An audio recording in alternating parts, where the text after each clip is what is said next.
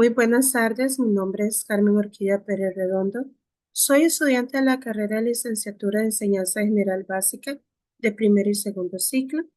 Pertenezco a la sede de Limón y a continuación voy a brindar una explicación de la actividad 2 evaluativa de la presentación del curso de currículo integral.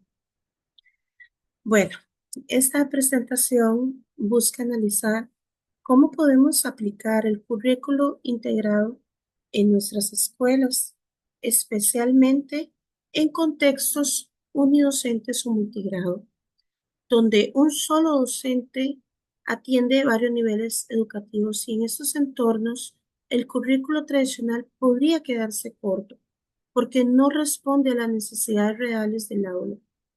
Por eso se propone una mirada más flexible, integradora y contextualizada. El objetivo es poder lograr una planificación educativa que considere las características del lugar, las condiciones del centro educativo y el papel activo del docente como planificador, ejecutor y evaluador del proceso educativo. En fin, se trata de poder construir un currículo que tenga sentido en el entorno de nuestros discentes y que los ayude a aprender mejor.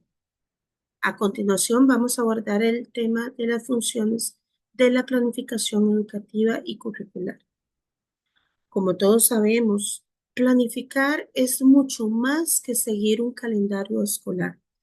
La planificación educativa debe iniciar con un diagnóstico, conocer a fondo quiénes son nuestros discentes, qué saben, qué les interesa y qué necesitan aprender.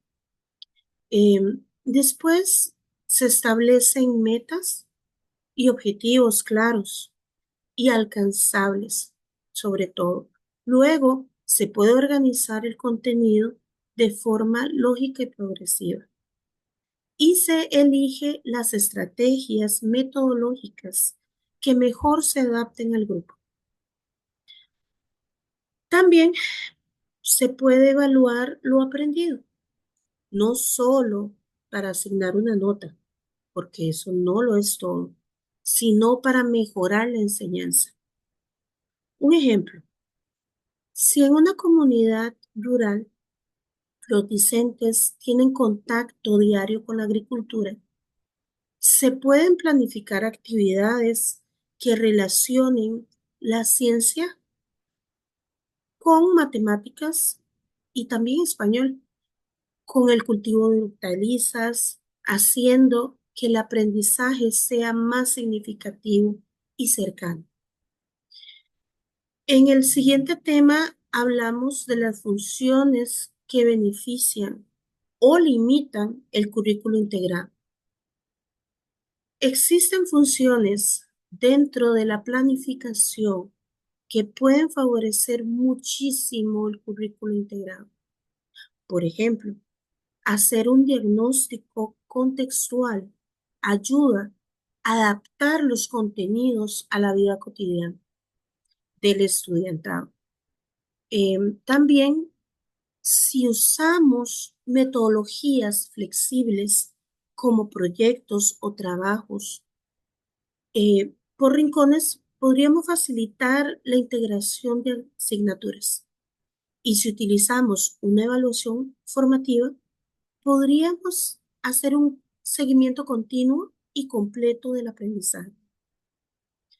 Pero obviamente también hay limitaciones. Por ejemplo, si el docente no contextualiza su enseñanza y repite el currículum como viene en el libro, se pierde ese sentido. Además, si lo que se planifica no se aplica o se aplica mal, no se va a lograr la integración real. Un ejemplo claro de esto sería cómo planificar actividades interdisciplinarias, pero luego evaluarlas como si fueran materias aisladas. En el siguiente tema de las funciones del rol docente en la toma de decisiones, tenemos que el docente no solo debe transmitir contenidos, sino que también tienen que tomar decisiones pedagógicas importantes. Diseñar sus clases según el grupo, adaptar los recursos, decidir cómo evaluar y cómo organizar el tiempo. Eso es de suma importancia. Tiene que ser flexible, creativo y reflexivo también. En el contexto unidocente, esto se vuelve aún mucho más importante, ya que una sola persona se encarga de varios niveles al mismo tiempo. Por ejemplo, un docente unidocente puede decidir unir a todos los discentes en una sola actividad de escritura de cuentos, donde, por ejemplo, cada nivel va a aportar algo distinto. Unos podrían inventar la historia, otros podrían ilustrarla y los mayores podrían corregirla. Así se trabaja en equipo y se desarrollan varias habilidades a la vez. Ahora, un tema de mucha importancia es el rol docente y el currículo integrado. Aquí se destaca cómo la participación activa del docente permite articular los contenidos de manera contextualizada, promoviendo bastante significativas. El currículo integrado no se puede aplicar sin la acción consciente y crítica del docente. Es el docente el que decide cómo unir distintas asignaturas en un mismo proyecto, cómo conectar lo que pasa en el aula con lo que pasa en la comunidad. Por ejemplo, si en una comunidad hay problemas con el agua, que eso es muy común en estos tiempos, el docente puede planificar un proyecto donde se estudie el ciclo del agua, se escriban textos sobre el uso responsable, se hagan encuestas en la comunidad y se puedan proponer soluciones. Aquí se podrían integrar ciencias, español, matemáticas y formación ciudadana.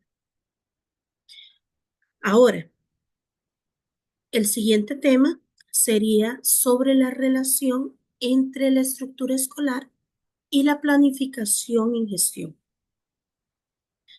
La forma en que se organiza una escuela afecta muchísimo lo que puede planificar. Si hay pocos recursos o espacios reducidos o tiempos limitados, el trabajo docente se ve mucho más difícil y más complicado. También influye si la gestión administrativa es centralizada o si da libertad a los docentes para poder innovar. Por ejemplo, si una directora o director permite a los docentes planificar en conjunto, coordinar horarios, compartir materiales, es mucho más fácil hacer la integración curricular. Pero si se impone horarios y cada quien trabaja por su lado, es muy difícil coordinar ideas o proyectos en común. En el siguiente tema de relaciones que benefician o no la integración curricular, las relaciones dentro del centro educativo son claves. Cuando hay buena comunicación entre docentes y entre estos y el equipo directivo, se pueden generar propuestas mucho más integradas y coherentes. La colaboración entre docentes permite enriquecer la planificación, compartir experiencias y ayudarse mutuamente. En cambio, Cuando cada docente trabaja de forma aislada o aparte, hay poca comunicación con la administración. De integración curricular, eh, la integración curricular se dificulta entre cada docente sin saber qué hace el otro. Se pierde la conexión, la comunicación y es casi imposible trabajar proyectos comunes o complementar los saberes. El siguiente tema habla sobre la diferencia entre currículo integrado y disciplinar. El currículo disciplinar es el que conocemos tradicionalmente. Cada asignatura se enseña por separado, con su propio contenido, sus exámenes y su libro. En cambio, el currículo integrado rompe esas barreras y conecta las materias a partir de temas reales y situaciones problemáticas en proyectos. Por ejemplo, una vez de dar unas clases de ciencias sobre animales y otra de español con una lectura y otra de que se puede hacer un solo proyecto donde se investiga un animal, se escribe un informe, se presenten los datos y se haga un mural. Eso no solo motiva más al estudiantado, sino que les ayuda a comprender mucho mejor. Ahora, vamos a abordar el tema sobre las ventajas de la adecuación curricular. Las ventajas del currículo integrado son muchas. Hace que el aprendizaje sea más significativo porque conecta lo que se aprende con la vida real del estudiantado. También promueve el trabajo colaborativo entre docentes, fomenta la creatividad y permite desarrollar el pensamiento crítico. Además, los discentes comprenden que el conocimiento no está dividido en partes, sino que todo se relaciona. Ahora, abordaremos lo que son las desventajas. A pesar de sus beneficios, también existen desafíos. Para integrar el currículo de manera adecuada, se necesita más preparación del docente, más tiempo para planificar y, sobre todo, disposición al cambio. También puede ser muy difícil evaluar si no se tienen claro los criterios consensuados. Les agradezco mucho y así termina mi presentación y les agradezco mucho el tiempo que se tomaron para ver mi presentación. Espero que haya sido de su agrado y muchas gracias.